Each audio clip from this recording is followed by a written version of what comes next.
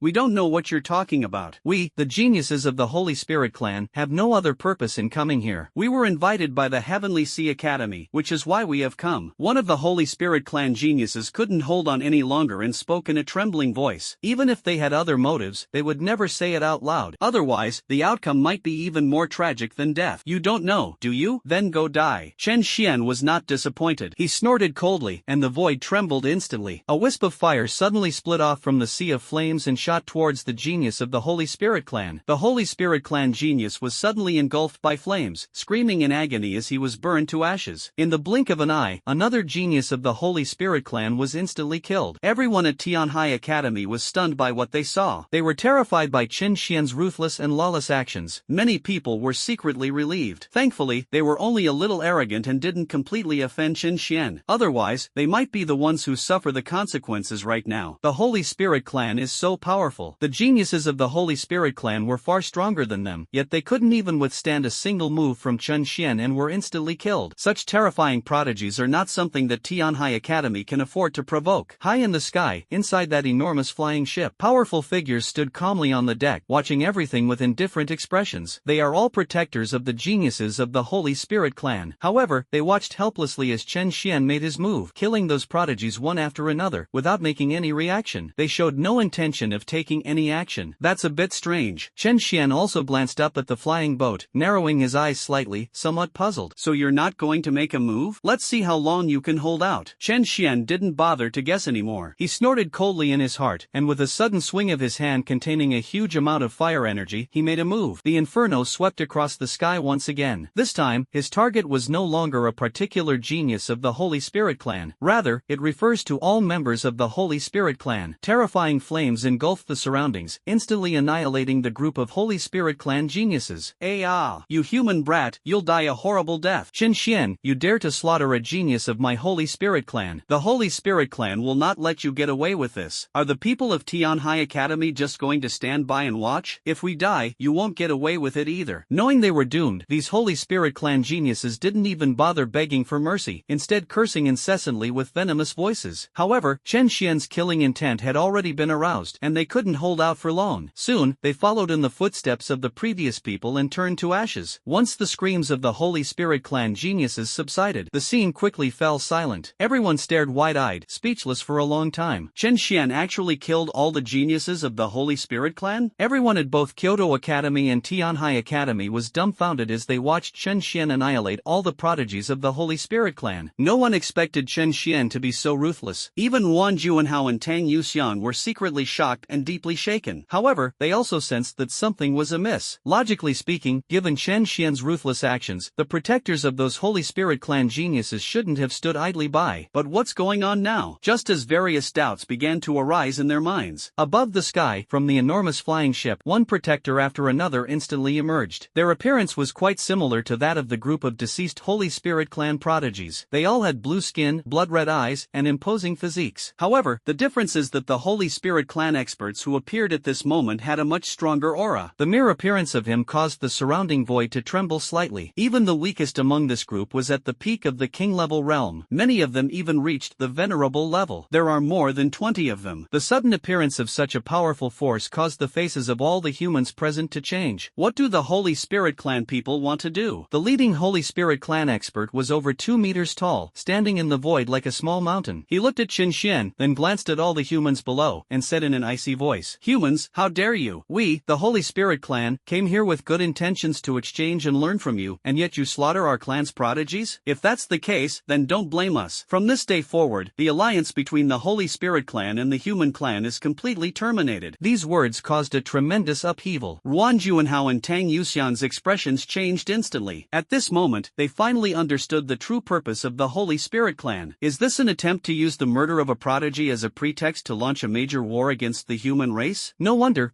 these guys acted so lawlessly as soon as they arrived in the human race, as if they wanted to humiliate all the humans. Is this what we've been waiting for? Humans dare to slaughter our race's prodigies, they must pay the price. The leading Holy Spirit clan expert spoke calmly, then flicked his hand, sending something flying out instantly. It was a small bowl, its entire surface a purplish-blue color, shimmering with iridescent light. The moment the small blue bowl flew out, it suddenly burst forth with intense divine light, directly enveloping an area of dozens of miles around. All the humans present, and even the entire Tianhai Academy, were enveloped within it. The entire world seemed to be shrouded in an invisible light curtain. Oh no, this is a treasure that seals off space. These Holy Spirit clan bastards want to surround and kill us all here. This is terrible. We've lost all contact with the outside world. This treasure even has the function of blocking communication. Damn it, these Holy Spirit clan guys never had good intentions from the start. At that moment, Wang Juanhao and the others' expressions changed instantly, their mood becoming extremely heavy. What kind of friendly exchange? What can help Tianhai University? From the very beginning, the Holy Spirit clan's goal was to wipe out all the geniuses from Tianhai Academy and Kyoto Academy. The whole place was dead silent. Among them, their biggest target is probably Chen Xian. Sure enough, just as many people were thinking about this. The powerful figure leading the Holy Spirit clan suddenly unleashed 2 beams of divine light from his eyes, which swept towards Chen Xian. This Holy Spirit clan expert possesses the strength of a peak venerable. A single glance tore through space and stirred up countless gusts of wind. Chen Xian, be careful. Upon seeing this, Ruan Juanhao's expression changed drastically, and he was about to speak up to warn others. However, he had barely finished speaking. Among the group of protectors, someone struck him with a palm, the palm print covering the sky and earth falling fiercely. Ruan Juanhao's expression changed slightly, and he also struck out with a palm. Most of the spectator seats on the east side of the arena were reduced to dust. Countless humans were blasted away. Ruan Juanhao was also sent flying backward, spitting out a mouthful of blood, his face extremely pale. His strength was only at the mid-stage of the venerable level. The Holy Spirit clan expert who made the move just now was a late-stage venerable level cultivator. With a single move, he was severely injured. Human ants, it's not your turn yet, so behave yourselves. The Holy Spirit clan expert who had just made his move laughed heartily, his voice filled with arrogance. The leading Holy Spirit clan expert also sneered, his eyes filled with contempt. He coldly swept his gaze across the entire room, and everyone he saw was startled and immediately lowered their heads. Finally, his gaze settled on Chen Xian, and he said in a cold tone, Chen Xian of the human race rose to prominence in Jinling City. At only 18 years old, he already possessed strength comparable to a venerable. Such a prodigy is an unparalleled genius even across all the Myriad realms. When the Myriad race's sect relayed your information back, I didn't believe it at first. But seeing you today, I know that the rumors are indeed true. Today, our greatest goal is to kill you. Boy, prepare to die. As his voice fell, countless thunderclaps exploded in the void. Each of the powerful members of the Holy Spirit clan let out a sneer, their bodies radiating an extremely terrifying aura. A terrifying aura suddenly filled the heavens and earth. The void seemed to solidify. It's over. The Holy Spirit clan actually planned this far. They've been wanting to break ties with the human race for a long time. Once Chen Xian is killed, I'm afraid none of us here will survive. Today, the geniuses from both universities will likely perish here. In the arena, all the humans looked terrified, their voices trembling. The Holy Spirit clan's protectors are simply too powerful. The leading expert was at the peak of the venerable realm. There were as many as 5 or 6 venerable ones in the later period. There are also more than a dozen other powerful individuals. Even if all the human powerhouses in the arena were combined, they probably wouldn't be enough to kill them all. Moreover, the surrounding space was completely sealed off by the Holy Spirit clan using treasures. Even if they wanted to escape or ask for help, it became a pipe dream. A sense of despair instantly spread throughout the entire venue. Su Long's face turned pale, his fists clenched tightly, and he gazed at Chen Xian from afar, praying silently. Brother Chen, we can only rely on you now. Zhao Lingwei also looked serious and worried as she looked at Chen Xian. Even though she knew Chen Xian was powerful, but the Holy Spirit clan was clearly well prepared and not so easy to deal with. So, you think you've got me cornered? On the central arena, Chen Xian frowned slightly, looking at the terrifying figures in the sky, his tone neither joyful nor sorrowful. What? We've mobilized so many powerful experts to kill you, and you still think you can turn the world upside down? The leading Holy Spirit clan expert sneered, looking down at Chen Xian with disdain. Then let's give it a try. Chen Xian shook his head, and suddenly a burst of flames erupted from his body, his aura soaring into the sky. He directly clashed head-on with the aura of those 20-odd powerful members of the Holy Spirit clan. The void trembled, and the heavens and earth shook. The entire world seemed to be shrouded in a sea of fire, with no end in sight. Chen Xian, even as a single person, possessed an aura that was in no way inferior to that of more than 20 powerful members of the Holy Spirit clan. Everyone stared wide-eyed at the sight. Chen Xian faced more than 20 powerful members of the Holy Spirit clan alone and was not at a disadvantage. Sensing the aura emanating from Chen Xian, the powerful members of the Holy Spirit clan also changed their expression slightly, showing some surprise. Chen Xian's strength was somewhat beyond their expectations. He's just one person after all, and even the strongest person has their limits. Let's just kill him. The fear in the eyes of the leading Holy Spirit clan expert flashed by, and he roared with murderous intent. The next moment, all the powerful members of the Holy Spirit clan made their move. Flames, fist strikes, sword flashes, thunder, ice rain, flowing water, rocks. Various supernatural abilities erupted instantly, and terrifying energy shook the heavens and earth, spreading directly towards Chen Xian. They used deadly moves from the very first strike, holding nothing back. An extremely terrifying energy fluctuation immediately exploded throughout the entire arena, sweeping in all humans with no way to escape. The aftershocks alone were enough to kill most of the humans present. Damn it! The Holy Spirit clan has truly gone mad. Ruan Juanhao and Tang Yuxiang instantly realized the danger. Their expressions changed drastically, and they quickly unleashed their special abilities to try and protect the students around them. Unfortunately, their strength was limited to begin with, and it was simply impossible for them to protect everyone amidst such terrifying energy fluctuations. Impacted by this energy, most of the students from the two universities turned pale and fainted. The rest were also coughing up blood and teetering on the brink of collapse. Chen Xian frowned, raised his hand and waved it, and the 9 netherworld dark prison flame and the starfall night fire surrounding him suddenly flew out. The 9 otherworld dark prison flame suppressed the space, blocking energy fluctuations and protecting the human race below. As for Starfall Nightfire, it emitted a vast amount of stellar power, blocking his way and isolating him from the world. Countless attacks rained down, but were all blocked by the immense power of the stars. The combined attack of more than 20 powerful members of the Holy Spirit clan could not even get close to Qin Xian. This kid, there's something fishy about him. Seeing this, the powerful members of the Holy Spirit clan were all somewhat unsettled. At the same time, they looked at the flames surrounding Qin Xian with wary eyes, and also with a strong sense of greed. They could all see that what surrounded Qin Xian seemed to be spiritual fire from heaven and earth. Is it because of these factors that Qin Xian is able to possess such monstrous strength? We must seize all these spiritual flames. The group quickly made up their minds. Please, Your Majesty, appear. The leading Holy Spirit clan expert's eyes burned with fervor. He didn't intend to continue attacking, but instead took out a token and raised his hand to unleash several beams of light. A moment later, the command token exploded. A terrifying void fluctuation instantly spread throughout the area. Everyone saw a rift in the void gradually appear, growing larger and larger. A moment later, a pair of powerful, strong hands emerged from within. The large hands suddenly exerted force. The void rift was stretched to its limit, and a figure with an aura as deep as the abyss, resembling a giant, actually walked out from behind the rift. This is also a powerful member of the Holy Spirit clan. Moreover, the aura emanating from him had actually reached the supreme level. No way. The Holy Spirit clan truly has a grand scheme. Ruan Juanhao and the others were all horrified, somewhat incredulous. It should be noted that a supreme expert is only half a realm stronger than an ordinary venerable. But this half realm is like an insurmountable chasm. The supreme being is someone who has truly stepped one foot into immortality, whose physical body and soul are both beginning to transform towards eternal existence. Its vitality and strength are far beyond what the venerable one can compare to. Regardless of the race, the supreme powerhouse is a supreme being. No one expected that the Holy Spirit clan would even mobilize a supreme being for this plan. However, this is only the beginning. Just as everyone was in shock, the huge crack showed no sign of dissipating. A moment later, another figure emerged. That figure was equally imposing, with a terrifying chill that could destroy heaven and earth shooting from his eyes. He was also a supreme expert. Then came the third, the fourth, the fifth. In just a few breaths, 10 extremely powerful figures emerged from the enormous crack. These are actually 10 supreme beings. The Holy Spirit clan actually deployed 10 supreme experts to deal with them. Seeing the 10 figures, resembling the sun, stretching across the heavens and earth, all the humans were completely dumbfounded. Ruan Juanhao, Tang Yuxian, and the others were all deathly pale, utterly despairing. 10 supreme beings would be enough to raise half of the great Xia dynasty to the ground. The Holy Spirit clan, what a grand gesture. Su Long, Zhao Lingwei, and others standing next to Ruan Juanhao were too weak to even stand up. They felt a chill run down their spines and were unable to move simply by sensing the aura emanating from those 10 supreme experts. On this day, 10 great suns enveloped the heavens and earth above Tianhai Academy, causing the great Xia dynasty to tremble. Qin Xian also looked up at the 10 dazzling figures, his brows furrowing slightly, his expression becoming increasingly calm. Today, a major battle seems inevitable. At the same time, just as the 10 great suns shone brightly into the sky and sea, outside the ancestral planet of humanity, one after another, powerful human beings emerged. They were enveloped in divine light, their aura as deep and boundless as the ocean, causing the surrounding void to tremble. What's going on with all the races? Are they going to knock on our gates? The Myriad realms have been relatively peaceful for a long time, without any large-scale battles. Are they about to start fighting again? Let them fight. Do all the races really think that the human race can be bullied? Since they want to die, then let them have their way. One powerful figure after another spoke up, their aura shaking the heavens, their decisiveness absolute. For countless years, the human race has struggled to survive under the siege of all races, but has never retreated even a step. The same is true today. The next moment, the powerful figures outside the ancient city disappeared one by one. When they reappeared, they had arrived outside the ancient city, in front of Shanhaiguan, coldly gazing ahead. From that endless void, a dozen powerful figures emerged. There were demons, spirits, Cirrus race, ancient dragons, phoenixes. Each and every one of them possessed a formidable power capable of destroying the heavens and the earth. Simply standing in front of Shanhaiguan caused the heavens and earth to tremble and the mountains and rivers to shatter. Upon seeing them, all the powerful members of the human race wore solemn expressions. A sharp shout rang out. Outside Shanhaiguan, a great battle erupted instantly, shattering countless stars and causing the void to collapse continuously. The scene of the exchange meeting. With the appearance of 10 supreme experts, all humans were plunged into utter despair. Many could not withstand the immense pressure and fainted. Only Qin Xian remained standing on the central arena, looking up at those tall figures, without a trace of fear in his expression. Greetings, Venerable Linghu. The Holy Spirit clan's protectors all bowed deeply, their expressions extremely respectful. Among the 10 great suns, sons, the leading Linghu Saint Venerable nodded slightly, quickly scanning the countless humans below, and finally fixing his gaze on Chen Xian. Is this guy the prodigy human who's been making a lot of noise lately? Linghu Saint Venerable spoke in a detached tone, devoid of any emotion, and casually said, "To be comparable to a venerable at the age of 18, you certainly have some talent." A protector of the Holy Spirit clan quickly said, "Your Majesty, it is indeed this person." This young man is named Chen Xian, and he seems to possess many strange qualities. In particular, he appears to have various kinds of spiritual fires of heaven and earth on his body. These spiritual flames are very powerful. If my Holy Spirit clan can take them and give them to you holy venerables, your strength will surely be able to reach a new level. Upon hearing this, Venerable Linghu raised an eyebrow slightly and looked down. Seeing the various strange flames surrounding Chen Xian, his eyes flashed with divine light and quickly lit up. Those spirit fires all seem to possess powerful spirituality. They are all truly treasures. You're so thoughtful. A glint of greed flashed in Linghu Saint Venerable's eyes as he nodded to the protector. The man's eyes lit up with ecstasy, and his expression became even more respectful. For him, gaining the favor of a supreme expert was the greatest opportunity. If Linghu and the others can break through to immortality, he may also gain tremendous benefits in the future. Linghu Saint Venerable, however, had no intention of wasting any more time and said coldly, "Kill this brat and take all of his spiritual fire." They traversed the void to reach the ancestral planet of humanity, which came at a considerable cost, and their purpose was certainly not merely to destroy the two universities. What they want to do is destroy humanity from within. The words of the venerable Linghu had just fallen. Among the 10 great sons, one of them stepped forward, a sinister grin on his face, and said, "Linghu, dealing with a bunch of ants is nothing. Why do you need 10 supreme beings to join forces? I alone am enough." As he spoke, his scarlet eyes swept across the entire room as if he were looking at ants, utterly indifferent. Lingji is right. However, let's get started quickly. We need to wipe out the human cities surrounding Tianhai City first. We don't have time to waste here. Hurry up and kill all these people down here, so they won't get in the way. Heavenly spiritual fire? I never expected to receive such an unexpected surprise while on a mission. One by one, the supreme experts spoke up. With just a few words, they seemed to be able to decide the life and death of countless people. They certainly have the resources to do so. Hee, since that's the case, then I'll make my move. Lingji Saint Venerable chuckled, looked down at Chen Xian, and sneered, "Boy, get out of my way, you can die now." The moment the words fell, a giant hand covered the sky and earth, slapping downwards. With just one palm strike, the holy venerable of the spirit halberd tore apart countless voids below, as if he were about to destroy the world. No matter how strong Chen Xian is, in the eyes of the spirit halberd Saint Venerable, he is nothing more than an ant. If you want to kill, then kill. As for those spiritual flames of heaven and earth, they will naturally be theirs after Chen Xian is killed. However, just as his enormous hand was about to fall, a ball of deep blue flame suddenly surged out, as dazzling as the starry sky, and directly blocked Chen Xian's path. That was a meteor shower in night fire. The enormous hand landed completely. The terrifying aftershocks shook the heavens and the earth. Beneath Chen Xian, countless cracks spread across the central arena, making it teeter on the verge of collapse. However, he himself was completely unharmed. He didn't even move a single step. Upon seeing this scene, the 10 Holy Spirit clan supremes all changed their expression slightly, revealing a strange undertone. That flame actually blocked the attack of the spirit halberd? Is this automatic protection, or something else? Thinking of this, the eyes of the 10 supreme experts flickered slightly, somewhat incredulous. This flame doesn't seem to be an ordinary spiritual fire. That is, the legendary Great Tao flame? Something quickly came to their minds. Legend has it that there exists a strange fire in the world, which is naturally in harmony with the Great Tao, and may even be a part of the Great Tao itself, possessing supreme power. Were those flames surrounding Chen Xian all of this level? In an instant, all 10 Holy Spirit clan supremes stared blankly, their expressions showing apprehension, but even more so, solemnity. They didn't know how Chen Xian obtained these strange flames, but they knew that this young human was probably more difficult to deal with than they had imagined. At this moment, Chen Xian still stood with his hands behind his back, his eyes calmly gazing at the sky, his tone tinged with disdain. Is this all the power the Holy Spirit clan's supreme being has? I'm just standing here letting you hit me, and you don't seem to be able to hurt me at all. Extreme arrogance. Upon hearing this, the spirit halberd saint's face turned green, and his expression instantly became extremely gloomy. However, before he could react, Chen Xian slowly lowered his hands, which had been behind his back. He exhaled amidst the clusters of flames, and then suddenly threw a punch. So what if you're the supreme being of the Holy Spirit clan? Killing you is as easy as killing a chicken. The moment Chen Xian finished speaking, a ball of dark red flame suddenly burst forth, roaring and dancing, transforming into an ancient dragon that looked down upon the world, and suddenly charged out. Heaven and earth were torn apart, and the firmament trembled. A dragon's roar resounded through the void. Everyone felt a chill instantly. It was a fear of the strong that originated deep in their blood. In just just a moment, all 10 Holy Spirit Clan Supremes felt a chill run down their spines. The scene fell silent for a moment. Are they afraid? They are supreme experts. How could they be afraid at this moment? The bloodthirsty dragon flames spread out completely, the dark red flames filling the sky and instantly engulfing the Spirit Halberd Saint. The Holy Spirit Halberd looked horrified, trying to break free from the terrifying flames. However, they discovered that their energy and vitality were being lost at an alarming rate. He roared and howled incessantly, unleashing the terrifying power of a supreme expert. However, it still didn't work. And so, under the watchful eyes of the other 9 supreme beings, the Holy Spirit Halberd was completely devoured, turning into nothing but a skeleton. All life has vanished. A supreme expert has actually died just like that. In an instant, the sky trembled, blood-red clouds churned, and strange phenomena enveloped dozens of miles. The Spirit Halberd Saint was killed by Chen Xian in the blink of an eye. This scene truly took the remaining 9 supreme beings by surprise. The protectors of the Holy Spirit clan also changed their expressions drastically, their faces filled with horror. This boy's strength far exceeds our expectations. We can no longer hold back. Let's join forces and kill him directly. After Linghu Saint Venerable reacted, a pair of huge wings suddenly bloomed behind him, covering the sky and the sun. With a gentle flap of his wings, a monstrous black aura swept across the heavens and earth, heading straight for Chen Xian. The other Holy Spirit Clan Supremes also made their own moves. Or he might wield a long spear and sweep it horizontally. Or his body suddenly swelled countless times larger, and he smashed a punch down at Chen Xian. The 9 supreme beings attacked simultaneously, creating terrifying phenomena that covered the heavens and earth, shattering the firmament and breaking the void. Chen Xian stood on the central arena, his expression indifferent, seemingly unconcerned about the combined attack of the 9 supreme beings. He stood there calmly, but the raging fire energy within him continued to accumulate. Chen Xian slowly took a step forward, and suddenly unleashed the perfected profound fire transformation. The aura around him suddenly became several times stronger. Immediately afterward, under the cold gazes of the 9 supreme beings, he lightly threw a punch. One punch, and life or death is decided. A dazzling fist beam, carrying a blazing sea of fire, suddenly burst forth, leaving a clear crimson trail in the void. Wherever the crimson fist's energy passed, the spear's energy vanished and the black energy dissipated. Even the void seemed to submit at this moment, rippling out countless waves as if it wanted to pay homage to Chen Xian. Sensing the terrifying power contained in this punch, all 9 supreme beings changed their expressions. A terrifying chill swept over them, reaching straight to the top of their heads. In just a moment, everyone felt a strong sense of crisis. However, by the time they tried to escape, it was too late. Chen Xian's 9 netherworld dark prison flame had already swept out, enveloping the heavens and earth and sealing off the void. They held everyone captive for a moment. The crimson fist-shaped aura descended fiercely. The 2 Holy Spirit Clan Supremes standing at the very front were utterly powerless to resist. Their physical bodies were instantly shattered, turning into dust that filled the sky. With one punch, 2 more supreme beings were killed. Upon seeing this, the Holy Venerable Linghu's pupils contracted sharply, and he felt a chill run through his body. The other holy beings were also pale-faced, their expressions filled with unconcealed horror. One punch kills 2 supreme beings? Just how powerful is Chen Xian? Furthermore, what level of existence is the terrifying flame that constantly envelopes him? Just when everyone was shocked by Chen Xian's strength, he had no intention of giving them any chance, and threw another punch. It is still the Black Heaven Flame Emperor fist at the perfect level. With a single punch, the world suddenly lost its color. A strange, eerie firelight was reflected in the pupils of all the powerful figures. Immediately afterwards, the void shattered, and the world regained its light. Then, everyone watched as yet another Holy Spirit Clan Supreme Being was instantly blasted to death on the spot. Everything happened in the blink of an eye. No one had time to react. Damn it! We have to kill this kid, or we'll all die here. Kill him! Linghu Saint Venerable quickly turned grim, gritted his teeth, and roared as if he were going mad. The moment he finished speaking, he reached out and grabbed at the void, pulling out a long sword. With a single slash, it seemed as if the heavens and earth had been cut in two. The first move is the most powerful killing blow. At this point, they dared not harbor any illusions. If Chen Xian didn't die, they would all die. Facing the crimson blade light, Chen Xian neither dodged nor evaded, but instead threw a punch. The moment their fists clashed, a terrifying aftershock suddenly erupted. Chen Xian was sent flying by the slash, his clothes torn, revealing a deep bone-revealing knife wound. This kid isn't immortal. Attack him all at once, don't hold back. Seeing this, the Holy Venerable Linghu's eyes lit up, and he called on everyone to attack Chen Xian again. The other supreme beings also stopped holding back. In an instant, sword flashes rained down, fist strikes pounded the sky, and supernatural powers covered hundreds of miles. Chen Xian watched all of this with a blank expression. A wisp of purple flame suddenly shot out and enveloped his entire body. Immediately afterwards, a powerful life force erupted, and the knife wound on Chen Xian's body healed at a speed visible to the naked eye. The aura emanating from him reached its peak once again. Chen Xian gave a cold shout and pointed with his hand. A 7 multicolored lotus flower suddenly condensed in the void. The lotus flower grew larger the moment it appeared and then exploded right in front of the 6 supreme beings. A blinding white light enveloped everything. A mournful roar echoed throughout the heavens and earth. The combined attack of the 6 supreme beings turned them into dust in the blink of an eye. At the same time, several Holy Spirit clan supremes who were at the center of the Buddha's wrathful flame explosion only had time to scream before they were directly annihilated into the world. The arena fell into a deathly silence. 10 supreme beings from the Holy Spirit clan have arrived. In the blink of an eye, Chen Xian had killed 7 of them. It only took a few breaths. When did supreme experts become so easy to kill? At this moment, the Holy Spirit clan had this thought in their hearts, and their expressions were filled with fear. Human brat, you forced me to this. Beside the holy venerable Linghu, a supreme expert let out a fierce shout and instantly burned his essence blood. As his essence and blood burned, his aura rose steadily. His physical body also suddenly grew countless times larger, transforming into an ancient giant who ruled over heaven and earth. This supreme expert raised his foot and stomped down on the central arena where Chen Xian was. In an instant, the entire world was shrouded in darkness. It was as if the sky had collapsed, carrying a terrifying force capable of destroying everything. If that kick lands, not only will the central arena be crushed, but all the unconscious teachers and students on the scene will be turned into mincemeat. Chen Xian's expression changed slightly, and the 9 netherworld dark prison flames swept out once more. At the same time, the Starfall Nightfire emitted a dense stellar power, completely covering the area around the arena. After doing all this, Chen Xian finally took a step forward. When he reappeared, he was thousands of meters in the air, and he threw a punch. The moment this punch was unleashed, Chen Xian's blood and energy surged like a dragon, shaking heaven and earth. The Holy Spirit Clan Supreme, who had transformed into an ancient giant, had a large burst of blood bloom directly from his chest, which was pierced through. His massive body suddenly shrank and fell downwards. Another supreme being was killed on the spot by Chen Xian. This is the 8th supreme expert to fall today. Seeing this scene, Linghu Saint Venerable felt his heart bleeding and his face grew increasingly pale. Even though their Holy Spirit clan has a profound foundation and many powerful individuals, however, the loss of 8 supreme experts in a single day is still an enormous loss. It should be understood that those who can become supreme are almost guaranteed to break through to immortality in the future. At this moment, even the Holy Venerable Linghu felt a pang of regret. Invading the human race from within might have been a mistake from the very beginning. Who exactly are you? I don't believe that the human race could produce such a monstrous being as you. Linghu Saint Venerable trembled as he spoke with a solemn expression. Chen Xian is simply too strong. It's so powerful it's almost abnormal. An 18-year-old boy possesses terrifying strength that can easily kill a supreme expert. Such a prodigy is beyond the reach of humans. Among all the myriad races in the heavens, there is probably no second one. If Chen Xian is allowed to continue growing, the human race may rise again and restore its ancient glory. But at this moment, Chen Xian naturally couldn't answer Linghu Saint Venerable's question. His eyes were indifferent as he threw another punch. The fist's power was overwhelming, covering the heavens. Another Holy Spirit Clan Supreme has fallen. Today, this is the 9th supreme being to die on the ancestral planet of humanity. It just so happens that Chen Xian said it all. He killed the supreme ruler as easily as slaughtering a dog. At this moment, only the last supreme expert, Spirit Lord Linghu, remained in the arena. He stared at the indifferent young man not far away, his heart sinking to the bottom. Chen Xian must be killed today, no matter the cost. Thinking of this, the Holy Venerable Linghu quickly composed himself, raised his hand and unleashed beams of divine light, which landed in the ancient, simple bowl that covered the heavens and earth. A moment later, the restrictive barrier that had enveloped the entire world quietly dissipated. Kid, so what if you're strong? I'm not fighting you. I'll wipe out the entire Tianhai, then let's see what you can do about it. Linghu Saint Venerable sneered, his figure flashed, and he broke through the air, disappearing from the spot. Upon seeing this, Chen Xian's expression suddenly darkened. With the terrifying power of a supreme expert, destroying an entire human city would be a matter of the blink of an eye. After understanding Linghu Saint Venerable's intentions, the killing intent in Chen Xian's eyes became extremely intense. Chen Xian snorted coldly. Another dazzling azure flame flew out, and a moment later, a void passage appeared in front of him. The mysterious heavenly fire possesses the supreme power to construct heaven and earth and penetrate the void. The moment the void passage took shape, Chen Xian took a step out and disappeared from the spot. After leaving, the Holy Venerable Linghu suddenly burned his essence blood, pushing his speed to the limit. He wanted to completely annihilate the entire Tianhai city before Chen Xian caught up with him. Linghu Saint Venerable simply refused to believe it. If he can't handle Chen Xian, how can he not handle a small city like Tianhai? When countless humans die tragically due to Chen Xian's negligence, Chen Xian's Dao heart will surely collapse. That will be his opportunity. Just as Linghu Saint Venerable was thinking this, a cold smile unconsciously appeared on the corner of his mouth. A ripple suddenly appeared in the void before him. A young figure stepped out. It was none other than Chen Xian, who had come in pursuit. Ling Hu's Saint Venerable was greatly shocked, his expression filled with disbelief. He was willing to burn his life essence and damage his foundation in order to shake off Chen Xian. So why did this guy catch up so quickly? I don't know how much time has passed. The moment Chen Xian appeared, without saying a word, he raised his hand and threw a punch. This punch contained Chen Xian's boundless rage, and was accompanied by a chilling killing intent. The force of the punch pierced the air, shaking heaven and earth. The entire city of Tianhai seemed to tremble under the pressure of that punch. Ling Hu's Saint Venerable's pupils shrank sharply, but he had no time to react and was completely crushed by this punch. A crisp cracking sound rang out. The powerful body of the Spirit Lord was instantly shattered and dissipated into the world. Thus, Chen Xian, all alone, had killed 10 supreme beings. Above the sky, countless blood-red clouds rolled out, accompanied by lightning and thunder. Moments later, a torrential downpour of blood rained down upon the world. Inside Tianhai City, everyone subconsciously looked up at the terrifying phenomenon that covered dozens of miles, and their hearts trembled. What just happened? Chen Xian hovered in the void, glanced down below, and quickly disappeared. When he reappeared, he had already returned to Tianhai Academy. Here, the once magnificent and prestigious top-tier university has been completely reduced to ruins. The aftershocks of a clash between powerful individuals shattered everything. After an unknown amount of time, Wan Juanhao and the others awoke from their unconsciousness. Immediately, they saw the scene in a mess, and then they saw the young figure standing in the middle of the scene. Everyone gasped in shock. We won? Wan Juanhao stared wide-eyed, somewhat incredulous. The 10 great suns that were just above the void have now completely disappeared. All that remained were ruins. Many people looked up and, upon confirming that the remains on the ground belonged to supreme powerhouses, they realized that they were indeed those of supreme experts. Everyone was deeply shocked, and felt a chill run down their spines. Then, a series of shocked and complicated gazes turned towards Chen Xian, their eyes burning with fervor as if they were seeing a god. Chen Xian casually shook his head, and in a flash, he arrived beside Zhao Lingwei, enveloping her entire body in a wisp of purple spirit creation flame. A moment later, Zhao Lingwei also woke up from her coma. Following the same method, Chen Xian successively woke up all the injured or unconscious humans. Chen Xian, where are those powerful members of the Holy Spirit clan? Zhao Lingwei rubbed her eyes, looked at Chen Xian, and asked curiously. They're all dead, Chen Xian replied casually. Looking at his calm and composed demeanor, anyone who didn't know better would think he had just casually slaughtered a few pigs and dogs. Brother Chen is amazing. Su Long was so shocked that he couldn't speak. After a long pause, he finally managed to utter this sentence. He had personally witnessed Chen Xian's incredible prowess. Even so, Su Long still couldn't quite figure out where his brother Chen's limits were. Suddenly, Tang Yuxiang walked over, surrounded by several geniuses. Su Long and Ruan Juanhao both frowned secretly. Unexpectedly, as Tang Yuxiang approached, he immediately bowed and knelt down, his expression respectful, and said, Chen Xian, thank you for your help today, which killed those scum of the Holy Spirit clan. Otherwise, we will all die here. Not only that, but Tianhai Academy will become a sinner against the entire human race. They let all the Holy Spirits into the village. If the other party's plan succeeds, Tianhai Academy will be saddled with a terrible reputation. Therefore, Tang Yuxiang sincerely wanted to thank Chen Xian. Chen Xian neither confirmed nor denied this, but simply nodded casually. At that moment, several powerful figures shot towards us from the distant sky. The person in the lead was none other than Zhou Wanshan, a counselor and elder of the great Xiao dynasty. While he was still in Kyoto, he sensed a powerful aura emanating from Tianhai and, realizing the situation was dire, rushed over immediately. However, as soon as he landed, he saw a scene of ruins and the remains of a group of supreme experts. At this moment, even with Zhou Wanshan's composure, his pupils shrank and his expression was shocked. Were all these people killed by Chen Xian? Looking at the remains of the supreme beings scattered on the ground, even though they were dead, they still exuded a terrifying aura. Zhou Wanshan couldn't help but swallow. His gaze swept quickly across the crowd, soon landing on Chen Xian not far away. His eyes widened in shock, and he remained silent for a long time. Even though he was very optimistic about Chen Xian's talent and potential, he did not expect that Chen Xian would grow to this level so quickly. Before he was even 18, he had already slaughtered 10 supreme beings? What kind of extraordinary talent must this person possess? Beside Zhou Wanshan, his trusted confidant Zhou Huanqing also stared blankly, his pupils filled with indescribable horror. He had actually met Chen Xian before when he was in Jinling City. According to his perception, Chen Xian's strength at that time was not much different from his own. But how long has it been? Chen Xian actually already possesses the strength to slaughter 10 supreme beings in a row? How terrifying are these young people? At this moment, Chen Xian was still using the purple spirit creation flame to continuously heal the wounded below. Because Chen Xian intentionally protected them, many people were not actually injured by the aftershocks of the battle. Instead, they were mentally damaged by the aura of the 10 supreme beings and fell into a coma. Under Chen Xian's treatment, one by one they woke up. Having first experienced a a great battle, and now with the continuous eruption of strange flames, even someone as powerful as Chen Xian couldn't help but feel somewhat exhausted. He swayed and almost fell to the side. Brother Chen. Zhou Wanshan was slightly startled upon seeing this. He took a step forward and went directly to Chen Xian's side to help him up. Brother Chen, are you alright? Zhou Wanshan asked with some concern when he saw that Chen Xian's face was slightly pale. Slaying 10 supreme beings in a row is no easy feat. Chen Xian's situation was by no means as easy as it seemed. It's just a slight overextension of my abilities, nothing serious. When Chen Xian saw that the person who came was Zhou Wanshan, he breathed a slight sigh of relief and shook his head. The losses from this battle were actually greater than he had imagined. Don't be fooled by how easily Chen Xian killed those Holy Spirit Clan Supremes, one punch killing one of them. In reality, he used his full strength with every single punch. Even someone as strong as Chen Xian was struggling to keep up with the continuous bursts of full power. Upon hearing Chen Xian's answer, Zhou Wanshan's lips twitched slightly. You slaughtered 10 supreme beings and you're still not seriously injured? So, Chen Xian was actually holding back? This wasn't the limit of his strength yet? Thinking of this, even someone as composed as Zhou Wanshan couldn't help but gasp. Brother Chen, I'll arrange for someone to treat the remaining wounded. You should rest for a bit. As Zhou Wanshan spoke, he helped Chen Xian to a shady spot to sit down. Zhou Wanqing, I'm entrusting Brother Chen to your care. Remember, you must take good care of Brother Chen. Zhou Wanshan summoned Zhou Wanqing and gave him a serious instruction. Then, he looked at Chen Xian and said, Brother Chen, the situation has exceeded my expectations, with the powerful members of the Holy Spirit Clan launching a large-scale invasion of the human race's ancestral star. Next, I will be heading to Kyoto to convene a meeting with the other council members to discuss this matter. If you need anything, you can speak directly with Zhou Wanqing. Alright, Mr. Zhou, you can go ahead if you have something to do. Chen Xian didn't say much after hearing this, and simply nodded. A moment later, Zhou Wanshan's figure soared into the air, transforming into a streak of light and disappearing into the world. Not long after Zhou Wanshan left, outside Tianhai Academy, another group of people soon appeared. The group of people were dressed in uniform black uniforms, exuding a deep aura and cold expressions. This group of people were none other than members of the Great Xia Inspectorate, belonging to another counselor of Great Xia. That person happened to be Zhou Wanshan's mortal enemy. The leader was a middle-aged man with an indifferent gaze. He glanced in the direction Zhou Wanshan had disappeared, his eyes narrowed slightly, and he sneered. The Holy Spirit Clan's powerful members are wreaking havoc on the human race's ancestral star. This is no small matter. The young man that Zhou Wanshan has his eye on has also been implicated in it. This is an opportunity. If we can establish a connection between the Holy Spirit Clan and that young man, Zhou Wanshan's status in the Great Xia Council will likely plummet. The thought of being able to deal with Zhou Wanshan made the group of men excited. Let's go in and take a look. As they spoke, the members of the inspectorate strode inside. After crossing a series of ruins, they soon saw Chen Xian surrounded by a crowd. Chen Xian sat cross-legged, focusing his attention on the system panel in front of him. This time, he annihilated many powerful members of the Holy Spirit Clan, and his incineration point once again achieved a terrifying increase. However, since there were still quite a few people around him, Chen Xian did not choose to draw a prize directly. Anyway, the incineration site is right there, so it doesn't really matter whether the lottery is held early or late. After gathering his thoughts, Chen Xian quickly recalled the battle he had fought that day. This was his first time fighting against a supreme expert. According to Chen Xian's own assessment, without using the profound fire transformation, his actual combat strength was about the same as that of a supreme being. The reason he was able to win so easily today was entirely due to the extraordinary nature of the strange fire, coupled with the heaven-defying effect of the mysterious fire transformation. Right now, I'm probably at my limit when dealing with supreme experts. If I were to encounter an immortal, I could at most remain undefeated. Winning would be highly unlikely. Chen Xian sighed, a serious expression quickly appearing on his face. Now, the enemies he faces are becoming increasingly powerful. We must improve our strength as soon as possible. Just as Chen Xian was deep in thought, the inspectors had already approached menacingly. The crowd around Chen Xian quickly dispersed, creating a path. Ruan Juanhao and the others frowned, and Chen Xian also frowned and looked up. The cold-faced middle-aged man, head of the inspection department, glanced around before finally walking towards Chen Xian, raising his head high and asking condescendingly, "You're Chen Xian?" Chen Xian narrowed his eyes, neither denying it nor denying it, and nodded directly. "It's me." The cold-faced middle-aged man sneered, then waved his hand and shouted, "Men, take this brat back to the censorate for interrogation." The cold-faced middle-aged man had barely finished speaking when Zhou Wanqing frowned and stepped in front of Chen Xian. Zhou Wanshan had instructed him to take good care of Chen Xian. If Chen Xian is taken away by the supervisory department, Zhou Wanshan will definitely skin him alive. "What, are you trying to obstruct the enforcement of the inspection department's duties? Get out!" The middle-aged man with a cold face and a gloomy expression roared, and his powerful aura suddenly swept out. Zhou Wanqing's expression changed slightly, and he subconsciously took a few steps back. The middle-aged man from the censorate in front of him was actually more powerful than him. The Inspectorate is a special agency dedicated to investigating spies within the Myriad race's cult. Its members are almost all elites. Zhou Huanqing's eyes turned cold, but he showed no fear whatsoever. He was just about to fight the group of inspectors in front of him. However, at this moment, Chen Xian suddenly spoke up. Deacon Zhou, since they want to arrest me, then I will go with them. He had just killed a powerful member of the Holy Spirit clan when the Inspectorate came knocking on his door. Chen Xian was also eager to see who was behind this and trying to sabotage him. Mr. Chen. Upon hearing Chen Xian's words, Zhou Huanqing's expression changed, and he wanted to say something more. Chen Xian shook his head, his gaze resolute. Seeing this, Zhou Huanqing could only sigh and step aside. Seeing this, the cold-faced middle-aged man smiled disdainfully and said indifferently, "At least you have some self-awareness. When my inspectorate investigates cases, we don't need evidence. We can arrest whoever we want. Anyone who dares to disobey will be treated as a remnant of the Myriad race's sect." After saying that, he looked at his subordinates behind him and waved his hand. "Take this kid away directly." And so, under the watchful eyes of many, Chen Xian was handcuffed and taken away from Tianhai Academy. Zhao Lingwei, Wan Juanao, and others were left behind, their faces filled with worry. But this was Chen Xian's own choice, and they didn't know what to say. "Chen Xian, you'll be all right." Zhao Lingwei watched Chen Xian's departing figure and murmured to herself. Several law enforcement officers from the inspectorate kept shoving Chen Xian, their attitude extremely arrogant and domineering. Chen Xian frowned, his expression immediately turning cold. However, he ultimately did not have a reaction. With his current strength, even though his superpowers have been greatly depleted, dealing with this group of surveillance department guys in front of him would still be a piece of cake. However, Chen Xian was also very curious about who this person behind the scenes was who wanted to deal with him. Therefore, he was not in a hurry. However, Chen Xian's calm demeanor made him appear as if he were terrified and didn't dare to utter a single word in the eyes of the law enforcement officers from the supervision department. This is the young man Zhou Huanqing valued? He doesn't seem all that great. Heh, in the end, he's just a good-for-nothing. The middle-aged man with the cold face at the head of the group smiled disdainfully, inwardly mocking him. Kyoto, headquarters of the inspectorate. After Chen Xian was taken away from Tianhai Academy, he was directly arrested and brought to Kyoto, where he was imprisoned. Deep within the censorate, in a cold, dark cell, Chen Xian was bound hand and foot and restrained on an interrogation chair. The people in charge of interrogating him were none other than the same people who had just arrested him. The cold-faced middle-aged man sat upright in the chair, arms crossed, staring coldly at Chen Xian. He did not speak directly. Behind the cold-faced middle-aged man, a capable woman with short hair spoke first. "Boy, what's your name? What brings you to Tianhai Academy?" Furthermore, the sudden appearance of a powerful member of the Holy Spirit clan within the Tianhai Academy, does this have anything to do with you? The capable woman asked several questions in a row. Chen Xian said calmly, "The reason I am at Tianhai Academy is because of the exchange meeting between the two universities. As a representative of Kyoto Academy, I have to participate. As for whether I have any connection with the Holy Spirit clan, if you had done any investigation, you wouldn't have asked such a question." Chen Xian remained calm during the interrogation by the supervisory department, seemingly not taking the law enforcement officers in front of him seriously at all. His arrogant attitude immediately chilled everyone's expressions, and their faces darkened. "Boy, answer my question properly. Otherwise, I'll kill you right now on charges of being a spy for the Myriad race's sect." The cold-faced middle-aged man narrowed his eyes and shouted sharply. Upon hearing this, Chen Xian seemed to finally perk up a bit. He glanced at him and said indifferently, "The powerful members of the Holy Spirit clan were let in by Tianhai Academy themselves. As for what I have to do with this matter, I merely slaughtered 10 supreme beings and wiped out all the powerful members of the Holy Spirit clan. If that's the case, and you still insist on considering me a spy for the Myriad race's cult, then I think the surveillance department is probably unnecessary. I ask you, which spy from the Myriad race's cult would kill 10 supreme beings of the Holy Spirit clan?" Chen Xian's words were spoken with absolute certainty. But as soon as these words were spoken, several law enforcement officers from the inspection department burst out laughing. The capable woman's face darkened, and she shouted sharply, "Boy, this is the inspectorate, not a place for you to spout nonsense." "I'm not talking nonsense. Every word I've said is true. If you don't believe me, you can have someone go to Tianhai Academy and ask them." Chen Xian shrugged, his tone casual. The capable woman slammed her hand on the table, completely losing her patience. "Boy, you're saying you single-handedly slaughtered 10 supreme beings of the Holy Spirit clan? Do you even believe it yourself?" "I suspect you have absolutely no idea just how terrifying a supreme expert truly is." Inside the prison, the officers looked at Chen Xian with disdain. It was as if they were looking at a fool. The young man Zhou Huanqing valued was just a bragging, nonsensical idiot. Thinking of this, everyone quickly sneered. "Since this kid won't talk, then we'll investigate ourselves." The cold-faced middle-aged man had no intention of wasting time with Chen Xian. He looked at him and said indifferently, Kid, hand over your ID card. We're going to investigate all your information. Once we discover that you are colluding with all races, you can expect to die. Without saying a word, Chen Xian tossed a black magnetic card over. The capable woman took Chen Xian's ID card, gave a disdainful laugh, and quickly went to the machine to operate it. Beyond the ancestral planet of humanity, in an ancient city beyond the realm. As the human race's powerful warriors unleashed their terrifying combat strength one after another, they finally managed to barely repel the first wave of attacks from all the races. The powerful warriors of all races retreated from outside Shanhaiguan. Even so, every powerful human still wore an expression that betrayed their solemnity. They knew very well that today's battle was nothing more than a test by all races. The real large-scale breakthrough may be yet to come. At this moment, the strongest human beings gathered in the ancient city beyond the realm to hold an emergency meeting. It seems that the Myriad races are not joking this time. They are truly determined to infiltrate the human race. The ruler of the Bear Kingdom Alliance spoke with a gloomy face and a hoarse voice.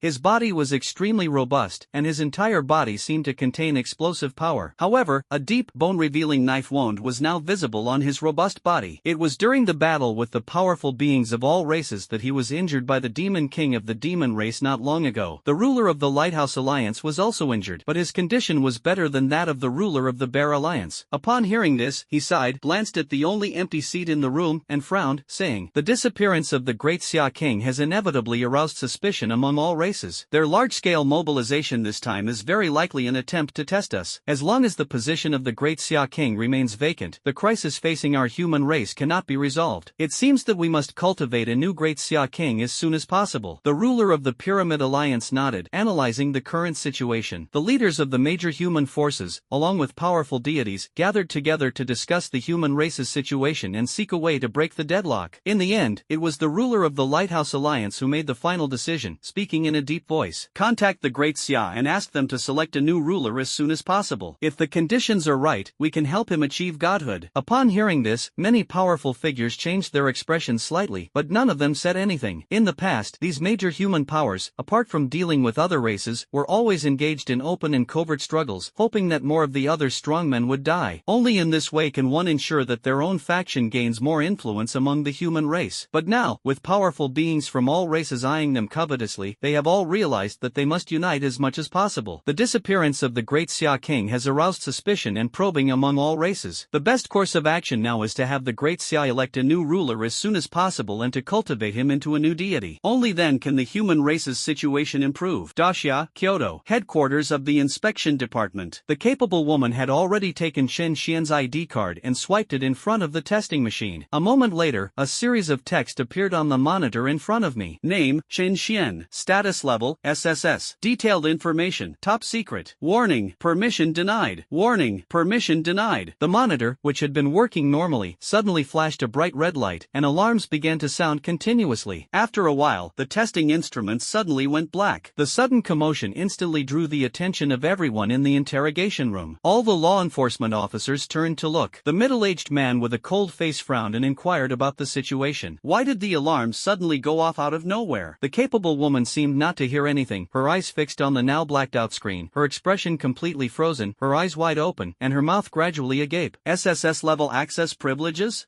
How is this possible? As law enforcement officers in the inspectorate, they understand better than anyone else what an SSS-level rank truly means. You should know that even the director of their inspection department only barely reached the S-level status. The congressman above the director only has SS-level access. This boy named Chen Xian actually has a higher level of authority than a counselor of the Great Xia dynasty? How is that possible? Furthermore, even if Chen Xian has SSS-level access, their supervision department should still have the right to investigate some basic information. But now, I don't have permission to view it? Everything here exudes a sense of the strange and unusual. The more the capable woman pondered it, the more a chill ran down her spine, and she couldn't help but gasp. Thinking about it, she couldn't help but glance at Chen Xian in the distance, her expression one of shock. What exactly is this young man's identity? What kind of being has their inspection department provoked this time? Seeing that the capable woman didn't reply for a long time, and even seemed to be talking nonsense, the cold-faced middle-aged man frowned even more and couldn't help but call out a few more times. This finally brought the capable woman's attention back to reality. "Captain, this kid's access level is SSS, and the detection equipment shows that our inspection department has no right to access any of his files." The capable woman quickly looked at him, swallowed hard, and spoke with a look of horror in her eyes. Upon hearing her words, all the law enforcement officers from the inspectorate present, including the cold-faced middle-aged man changed color and gasped in shock. How could a 17 or 18-year-old boy have SSS-level access privileges? Moreover, even the inspection department has no right to access the information? In just a moment, the same thoughts that flashed through their minds as those of the capable woman. So, what kind of ancestor did they capture and bring back? The entire prison of the inspectorate fell into a deathly silence in an instant. The entire room was completely silent. Chen Xian, meanwhile, sat listlessly in the interrogation chair, watching everything with a calm expression. He said calmly, "Didn't you say you were going to investigate my identity yourselves? So, did you find anything?" Everyone's lips twitched involuntarily. Chen Xian's words were clearly a mockery of their overestimation of their abilities. The middle-aged man with a cold face looked rather displeased. Upon hearing this, he took a deep breath, looked at Chen Xian, and frowned, saying, "Young man, there might be some misunderstanding between us. Perhaps we misjudged the situation, and this incident has nothing to do with you." As he spoke, he glanced at his men and waved his hand. "Untie this young man. Be polite to him, everyone." His original intention was simply to capture Chen Xian and use him as a starting point to cause trouble for Zhou Wanshan. This was to show off in front of that Xia counselor above. But now that he realizes Chen Xian's identity is not simple, it would be foolish of him to still do that. It should be noted that the senator from the Great Xia dynasty was only at the SS level. Chen Xian is an SSS level. Even that Xia counselor might not be able to afford to offend Chen Xian, let alone them. Soon, several law enforcement officers jogged over and untied Chen Xian. Chen Xian stood up, his expression unchanged, glanced at the cold-faced middle-aged man, and said in a calm tone, "Are you just going to let this go like this?" The cold-faced middle-aged man stiffened. After a long while, he gritted his teeth and asked, forcing himself to speak, "What kind of compensation do you need, young man? As long as my inspectorate can provide it, I can give it to you." This time, he was prepared for a massive hemorrhage. After all, they were the ones who provoked Chen Xian first. To resolve the trouble, they couldn't care less about anything else. "I don't care about what your inspection department has to offer." To everyone's surprise, Chen Xian shook his head and said expressionlessly, "Tell me, who sent you to arrest me?" Chen Xian had already realized that the people in front of him, including the cold-faced middle-aged man, were nothing more than insignificant figures. The real mastermind behind this must be someone else. As soon as he said that, the cold-faced middle-aged man's expression froze, and fine beads of cold sweat appeared on his forehead. Chen Xian is clearly determined to settle scores. "What? You don't want to answer?" Chen Xian narrowed his eyes, and two beams of light suddenly shot out from them. With just one glance, the cold-faced middle-aged man felt a chill run down his spine, and cold sweat seeped out from his back. He was secretly surprised. What exactly is Chen Xian's strength? Why does just one glance from him make him feel somewhat fearful? He hesitated for a moment, but ultimately dared not refuse again, and said in a trembling voice, "It's the director. The director knows about your relationship with Elder Zhou, so he wants me to bring you back." Director of the inspection department? Upon hearing this, Chen Xian frowned, his expression immediately turning cold. "Is this matter related to Elder Zhou?" "Yes, that's how it is." For some reason, the cold-faced middle-aged man was instinctively afraid of the young man in front of him. He didn't dare to hide anything and blurted out everything he knew. This included the director of the inspection department ordering them to arrest people, and the other party's attempt to curry favor with that Xia counselor. After he finished speaking, Chen Xian was almost laughing out of anger. The powerful beings of all races have already reached the ancestral star of the human race, yet the director of this inspection department is only thinking about currying favor with his superiors and ostracizing his own kind. How ironic. Does such a person deserve to be the director of the inspection department? It seems that there is no need for this inspectorate to exist anymore. Chen Xian thought coldly to himself, snorted, and quickly looked at the cold-faced middle-aged man, saying indifferently, "Get your director here right now." "Well, the director is extremely busy, and it's not appropriate for us to contact him." The cold-faced middle-aged man stiffened, clearly somewhat unwilling. If the director finds out that he has been betrayed by him, the director will definitely not let him off the hook. Seeing his hesitation, Chen Xian narrowed his eyes, took a step forward, and his immense aura suddenly poured out like a tidal wave. The entire prison was enveloped by a powerful aura, as if the space itself was about to freeze completely. The cold-faced middle-aged man was the first to be hit. He groaned and was instantly severely injured, spitting out a mouthful of blood. His energy instantly waned. Even without doing anything, Chen Xian's mere display of his aura had already severely injured him. The middle-aged man with a cold face struggled to raise his head, looking at Chen Xian with disbelief and shock in his eyes. Just what kind of strength does this young man possess? Why can it display such terrifying power? The cold-faced middle-aged man even had a feeling that the pressure this young man was putting on him was even greater than that of the great Xia counselor. Could it be that what he just said was true? The cold-faced middle-aged man couldn't help but recall that Chen Xian had mentioned before that he had killed 10 supreme beings of all races at Tianhai Academy. These are all true. Chen Xian was not lying. That would be truly terrifying. I don't want to repeat repeat this a second time. Chen Xian's icy, emotionless voice rang out once more. Hearing these cold words, the cold-faced middle-aged man shivered and finally dared not hesitate, nodding repeatedly. "Don't worry, sir, I'll contact the director right now." As he spoke, he took out his phone and made a call. Over the phone, the cold-faced middle-aged man briefly recounted what had happened there. However, he still kept most of the specific details about Chen Xian from him. Otherwise, the cold-faced middle-aged man worried that the director might be scared away and simply not come. If the director doesn't come, then he himself will be the one who dies. Chen Xian watched all this from the sidelines, a cold smile playing on his lips. Neither the director of the inspection department, who was causing trouble behind the scenes, nor this enforcement team leader in front of us are good people. They'll all be killed in a moment. Just as Chen Xian was making a decision in his heart, the cold-faced middle-aged man had finished his call and quickly changed to a respectful expression, looking at Chen Xian ingratiatingly, and said, "Your Excellency, I have already sent the director over. He should arrive soon." "Sir, you must believe me. This whole thing was orchestrated by the director. Otherwise, I wouldn't have done such a thing." Even now, he still wants to shift all the blame onto that director and distance himself from the matter. Chen Xian merely glanced at him indifferently, not bothering to pay him any attention. Everyone waited for a moment. The prison door was pushed open from the outside. Immediately, a burly middle-aged man strode in, his face full of excitement. "Where is that boy who is connected to Zhou Wanshan? We must confirm his connection with the Myriad races sect. Therefore, Zhou Wanshan can forget about staying in the Great Xia Council in the future. If that important figure can use this opportunity to climb to the position of elder, we can all advance further. You'll all reap the rewards then." Before even entering the door, the burly man began to laugh loudly, without any attempt to conceal his laughter. Even knowing that Chen Xian was in prison, they had no scruples whatsoever. It is evident just how arrogant this director of the inspection department is in his daily actions. Upon hearing his words, the cold-faced middle-aged man and others in the prison turned green with shock. This director really has no brains. Is this the kind of thing you can say directly to someone's face? Chen Xian was so angry he almost laughed. At this moment, the burly man finally strode in. He soon realized that the situation inside the prison was somewhat different from what he had imagined. Chen Xian, who should have been tied to the interrogation chair and tortured into confessing, was standing there as if nothing had happened. The once imposing and powerful head of the enforcement team of the inspectorate was now kneeling on the ground, his face deathly pale. The others also knelt on the ground, heads bowed, not daring to speak. Upon seeing this, the burly middle-aged man frowned slightly. His heart skipped a beat, as if he had realized something. He turned his head, stared straight at Chen Xian, and said in a deep voice, "Boy, what have you done to them? If I said I didn't do anything, would you believe me?" Chen Xian shrugged and said casually, "You didn't do anything?" The burly man sneered and said disdainfully, "Do you think I, the director of the inspection department, got this position by brute force? You didn't do anything, yet they're kneeling on the ground? Why don't you just ask them directly?" Chen Xian grinned, looking completely harmless. The cold-faced middle-aged man could no longer bear it. He raised his head and said with difficulty, "Director, this person has SSS-level access. Moreover, our supervision department has no right to access any of his information." He didn't say anything else. He felt that just that one sentence was enough. Sure enough, upon hearing this, the burly man's pupils shrank, and the contemptuous smile on his face froze instantly. He himself has S-level access privileges. He knew very well how difficult it had been to climb to his current position. Similarly, the burly man understood even more clearly just how prestigious an SSS-level identity and privilege truly were. That's something he simply can't compare to. The boy in front of me actually has an SSS-level identity and access level? Countless thoughts flashed through the burly man's mind. He quickly chuckled dryly, looked at Chen Xian, and forced a smile.